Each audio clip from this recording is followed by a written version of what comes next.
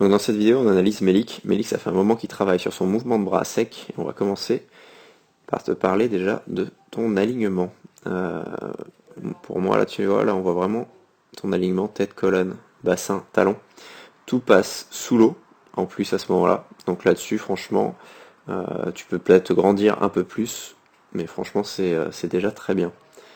Au niveau de ton inspiration, t'inspires quand ton bras est devant, ici, d'accord, donc sur un temps mort moteur, quand l'autre bras ici commence à revenir, et ensuite tu remets ta tête avant que ton épaule touche ton oreille ici.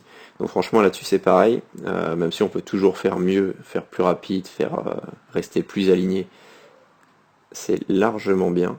Et ce que je voulais voir c'était au niveau de ta prise d'appui, donc elle s'est déjà beaucoup améliorée.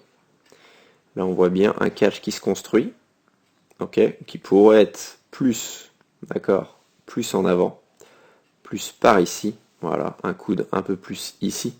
Mais déjà là, il y a une prise d'appui, il y a un catch, et ensuite après, là, à partir de ce moment-là, tu es vraiment bien orienté vers l'arrière, de manière à être efficace en fait sur ton mouvement de bras.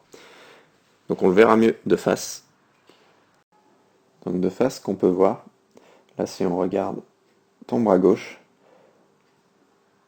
c'est que tu vois là, sur le niveau du catch, il s'écarte un petit peu, là tu as le bras vraiment à l'extérieur. Et pour avoir ton coude vraiment plus en avant, un peu plus dans l'axe, même s'il va forcément s'écarter un petit peu, hein, t'as pas le choix, pour l'avoir un peu plus, du coup par ici on va dire, ici et là, va falloir travailler sur l'engagement de tes épaules.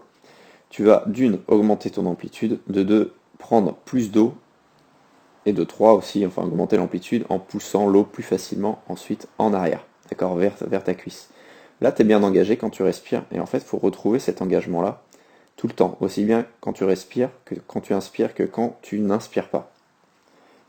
Donc un exercice que tu vas pouvoir faire, c'est mettre par exemple ta paume de main ici vers le ciel, de manière en fait à ce que ton épaule vienne toucher après ton visage. Si tu mets la paume de main vers le plafond, ça va t'obliger à engager vraiment ton bras encore plus loin devant. Et du coup derrière le catch va être beaucoup plus facile. J'en parle souvent mais c'est vraiment un exercice qui aide énormément.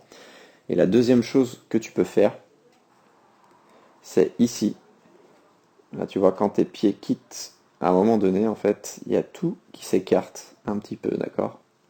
Ici, là tu as les bras qui partent par ici. Et là, dans l'idéal, il faudrait que tu sois vraiment les pieds bien collés, d'accord? Les pointes de pied bien tendues. En fait, tu vas resserrer, tu vas vraiment coller le plus possible tes jambes. Tu vas coller le plus possible tes bras aux oreilles en les grandissant le plus possible. Tu te mets dans ce qu'on appelle en fait en position de flèche.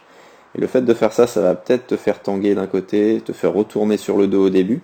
C'est pas gênant. L'idée en fait, c'est si tu restes comme tu es placé là, tu empêches en fait les rotations et tu vas empêcher ton roulis d'épaule. En fait, c'est l'image de rester en fait dans un tube, de vraiment rester dans un tube ici, comme quand tu nages en fait. Le fait d'engager ton épaule, de mettre la paume de main vers le ciel va faire que tu vas te tourner à chaque fois d'un côté à droite, d'un côté à gauche.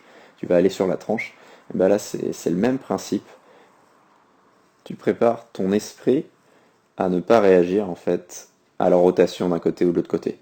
D'accord? Tu te prépares en fait à pouvoir tourner, à pouvoir engager les épaules à droite, à pouvoir engager les épaules à gauche.